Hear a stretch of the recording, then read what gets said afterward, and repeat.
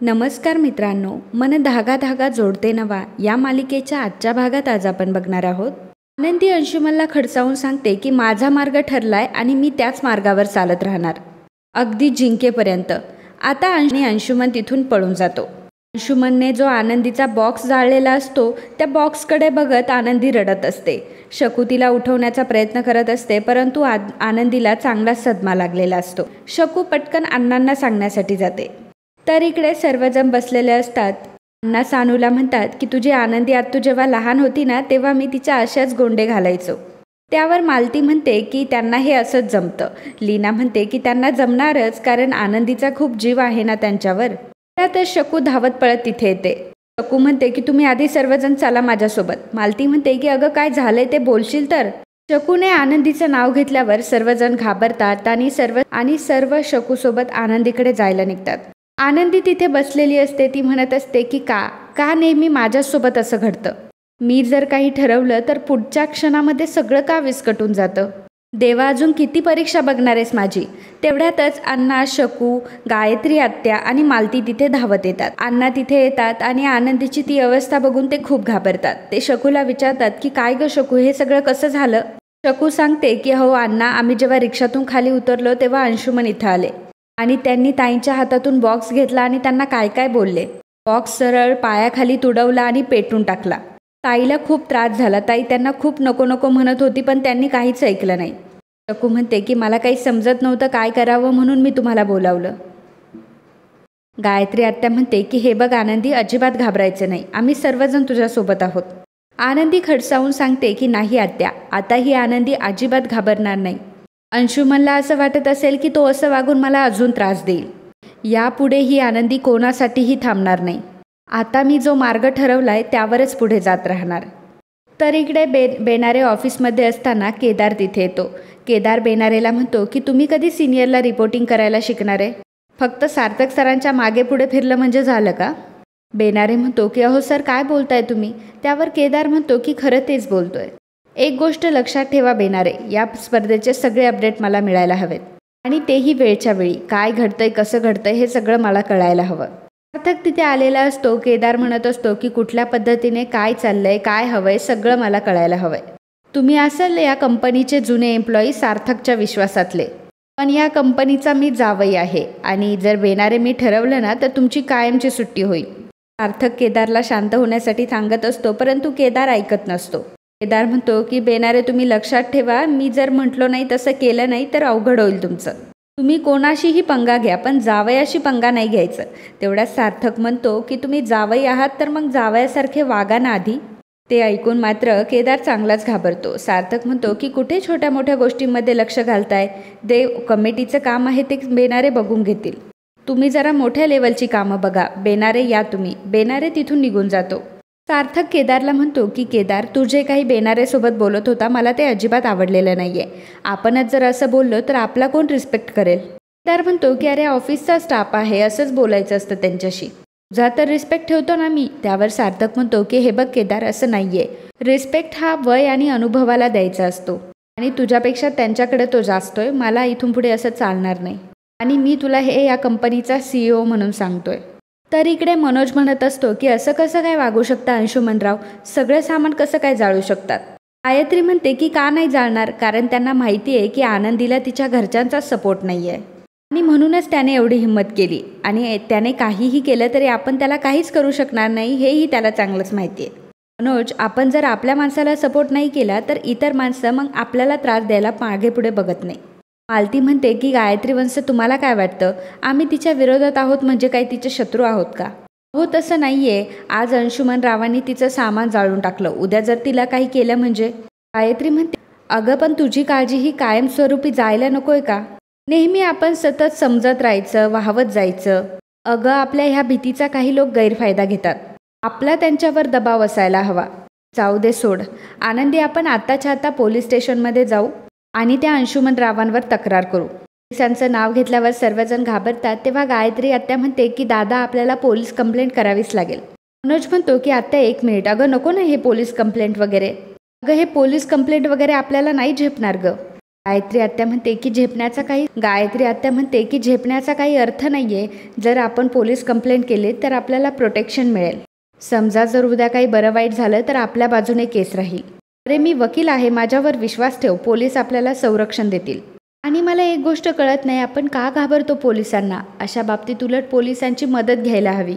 अण्णा म्हणतात की अगं पण आपण कधीच पोलिसांमध्ये गेलो नाही. सामान्य माणसाला पोलीस आणि कोर्ट कचेरी याची भीती वाटते.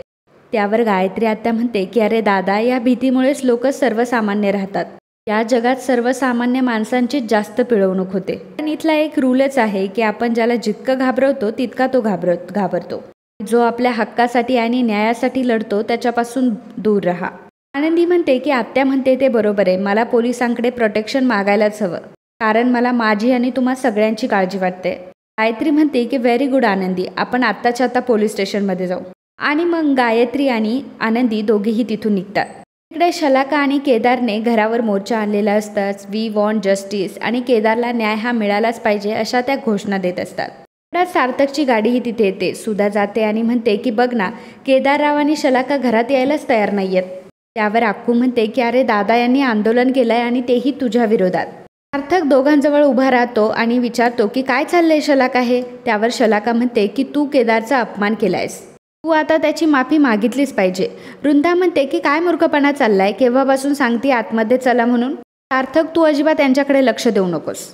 आदर्श तेवढा तिथे येतो आणि म्हणतो की अरे बापरे, आंदोलन सुरू आहे म्हणजे घरात पॉलिटिक्स सुरू झाले तर. सार्थक शलाकाला म्हणतो की शलाका हे काय चाललंय सर्व? शलाका म्हणते की काय चाललंय म्हणजे तू केदारचा अपमान केलायस, केदारला ऑफिसच्या बाहेर काढलंयस. त्यावर सार्थक म्हणतो की हे बघ, असं काहीच झालेलं नाहीये. शलाका म्हणते मग तू त्याला ऑर्गनायझिंग टीममधून बाहेर काढलंयस ना? सार्थक म्हणतो की हो मग. त्यावर शलाका म्हणते की मग तर तू त्याचा अपमानच केलायस. सार्थक म्हणतो की काय अपमान शलाका, अगं ती एक कमिटी आहे फक्त. सार्थक म्हणतो की काय वेड्यासारखं घेऊन बसले, मी उलट त्याचा वर्कलोड कमी करायचा प्रयत्न करत होतो. हे छोट्या मोठ्या कमिटीचे कामं करण्यासाठी बेनारे आहेत ना आपल्याकडे. हा कोण आहे, याची योग्यता काय, मी उगाच त्याच्या हातून बक्षीस देणार होतो. मी तर विचार करत होतो की याला मान्यवर म्हणून स्टेजवर बोलवावं. काय रे तू रे केदार, मी तुझी पोस्ट बघून तुला मोठमोठा पोस्ट द्यायचा विचार करतोय आणि तू काय इथे आंदोलन वगैरे करतोयस आणि तू काय ह्या छोट्या मोठ्या कमिटीमध्ये अडकतोय? अरे तू खूप मोठ्या कामांसाठी बनलाय, तुम्ही काय असं छोट्या छोट्या गोष्टींचा इश्यू करताय? अशा प्रकारे सार्थक शलाका आणि केदारला चांगलंच वेड्यात काढतो आणि चांगलंच हरभऱ्याच्या झाडावर चढवून देतो. केदार सार्थकला म्हणतो की अरे मला असं वाटलं की तुझा माझ्यावर विश्वासच नाहीये. सार्थक म्हणतो की अरे केदार, माझा जर तुझ्यावर विश्वास नसता तर एवढे दिवस टिकला असतास का तू ऑफिसमध्ये? मी तर तुला कधीच काढून टाकलं असतं. तेव्हा आदर्श जोरजोरात हसू लागतो. वृंदा म्हणते की याच्यामध्ये हसण्यासारखं काय आहे? आदर्श म्हणतो की काही नाही, हसण्यासारख्याच तर गोष्टी सुरू आहेत ना. शलाका म्हणते की हस ना, हस तू, पण मला आमचा हक्क पाहिजे. सार्थक म्हणतो की काय हक्क, कुठला हक्क? सुधा म्हणते की अगं शलाका, सार्थकने सांगितलंय ना समजून आता सगळं, मग आता चला ना आतमध्ये, असं चांगलं नाही दिसत बाहेर सगळं. त्यावर शलाका म्हणते की नाही सार्थक, तू केदारला सॉरी मग तरच आम्ही आतमध्ये येऊ. सार्थक केदारला म्हणतो की केदार सॉरी, अरे तुझा काहीतरी गैरसमज होतोय. केदार म्हणतो की नाही इट्स ओके. तो सगळ्यांना घालवून टाकतो. सगळ्यांना सांगतो की आता सगळं क्लिअर झालंय. सर्वजण घरामध्ये जात असतात तेव्हा मात्र आदर्श आणि सार्थक एकमेकांकडे बघून हसत असतात. तर इकडे आनंदी अण्णा आणि गायत्री आत्या हे पोलीस स्टेशनमध्ये आलेले असतात. तेव्हा इन्स्पेक्टर विचारतात की कुठे घडली ही घटना? त्यावर आनंदी सांगते की आमच्याच घराजवळ. इन्स्पेक्टर विचारतात की एरियाचं नाव काय आहे? त्यावर आनंदी सांगते की सावरकर नगर. गायत्री सांगते की हिने बराच अपमान सहन केलाय, बराच अत्याचार सहन केलाय. हिच्या नवऱ्याने हिच्यावर हात सुद्धा उगारलाय आणि त्या माणसामुळे हिचं बाळ सुद्धा गेलंय. इन्स्पेक्टर म्हणतात की इट्स ओके, तुमची तक्रार नोंदवली आहे, तुम्ही यावर सही करा. आनंदी त्यावर सही करते. तर अण्णा पोलिसांना म्हणतात की बाहेर येताना जाताना मी बघतो हे पोलीस स्टेशन, पण आतमधून पहिल्यांदाच बघितलंय. माझ्यासारख्या माणसाला पोलीस स्टेशनची पायरी कधी चढण्याची गरजच पडली नाही. पोलीस म्हणतात की समजू शकतो, बऱ्याच वेळा लोक फक्त सहन करतात, कंप्लेंटच करत नाही. पण हां, कंप्लेंट करणं गरजेचं असतं. जर तुम्ही कंप्लेंटच केली नाही तर आम्ही गुन्हेगाराला कसं पकडणार? यावर अण्णा म्हणत असतात की बरोबर आहे साहेब तुमचं. इन्स्पेक्टर आनंदीला म्हणतात की आता यापुढे जर त्या माणसाने तुम्हाला त्रास दिला तर आम्ही डायरेक्ट त्याला आतमध्ये. त्यावर आनंदी आणि अण्णा पोलिसांना थँक्यू म्हणतात. तर इकडे अण्णा हे कपाटावरून एक बॉक्स काढत असतात आणि स्टूलवर ते उभे असतात. अचानक त्यांचा तोल जातो आणि अण्णा जोराचे खाली पडतात. सर्वजण तिथे गोळा होतात. शकू म्हणते की अहो अण्णा, मला सांगायचं होतं, मी काढून दिलं असतं ना तुम्हाला. मनोज म्हणतो की एवढं काय महत्त्वाचं होतं त्यात. तर अण्णा म्हणतात की आनंदीचं सगळं सामान जळालं ना, मी त्या वरच्या खोक्यामध्ये काही गुंड्या वगैरे ठेवल्या होत्या, त्यातलं जर तिला काही उपयोगी पडतं की नाही म्हणून मी ते काढत होतो. आनंदी, तू त्यात बघ, तुला काही लागणाऱ्या गोष्टी आहेत का त्यात. बघ आनंदी, आता तुला स्पर्धेत भाग घ्यायचा आहे, माझ्याकडून जेवढी काही मदत होईल सगळी मी तुला करणार आहे. मनोज म्हणतो की पडेल झडेल, स्वतःला काहीही करून घेईल, पण हिला मदत करेल. नशीब माझं की जास्त काही लागलं नाही, जास्त लागलं असतं तर काय केलं असतं. त्यांच्यामुळे अजून काय काय सहन करावं लागतंय काय माहिती. गायत्री म्हणते की अरे मनोज, जरा शांत हो, कुठली गोष्ट कुठे घेऊन जातोयस तू. मनोज म्हणतो की ठीक आहे, हवं ते करा, असं म्हणून मनोज तिकडनं निघून जातो. मालती अण्णांना पाणी देते. अण्णा आनंदीला म्हणतात की आनंदी, आता रडायचं नाही हां. आनंदी म्हणते की नाही अण्णा, अजिबात नाही, आता जो काही माझ्याकडं मार्ग असेल. आनंदी म्हणते की अण्णा, आता जी काही परिस्थिती असेल त्यातून मी मार्ग काढेल. वाईट तर याच गोष्टीचं वाटतंय की अण्णा, हातचं सामान गेलं आणि त्यांनी आधीच सांगितलं होतं की एकदा सामान मिळालेलं पुन्हा मिळणार नाही. अण्णा म्हणतात की आपण जाऊयात ना त्यांच्याकडे, आपण सांगूयात त्यांना काहीतरी. आनंदी म्हणते की अण्णा हो, पण त्यांनी नाही दिलं तर. अण्णा म्हणतात की नाही दिलं तर आपण काहीतरी करू, पण आनंदी काहीही करून तुला ही स्पर्धा करायची आहे आणि ही स्पर्धा फक्त तुला करायची नाही आहे तर तुला जिंकायची सुद्धा आहे. शकू म्हणते की जिंकायचं नाही, जिंकायचंच. चल ताई, आपण एकदा त्यांना भेटून येऊ. आनंदी आणि शकू तिकडनं निघून जातात. आनंदी आणि शकू दोघीही ऑफिसमध्ये आलेल्या असतात. तेव्हा शकू आनंदीला म्हणत असते की आनंदी ताई, काहीही झालं तरी सांगू नकोस की तो बॉक्स जळाला म्हणून. आनंदी म्हणते की मग काय सांगायचं, खरं तर सांगावंच लागणार आहे आपल्याला. शकू म्हणते की अगं नाही ना बरं दिसत ते पण. एवढ्यातच बेनारे तिथे येतात. बेनारे म्हणतात की तुम्ही इथे काय करताय. आनंदी म्हणते की ॲक्च्युली सर काय झालं ना, एक प्रॉब्लेम झाला आहे.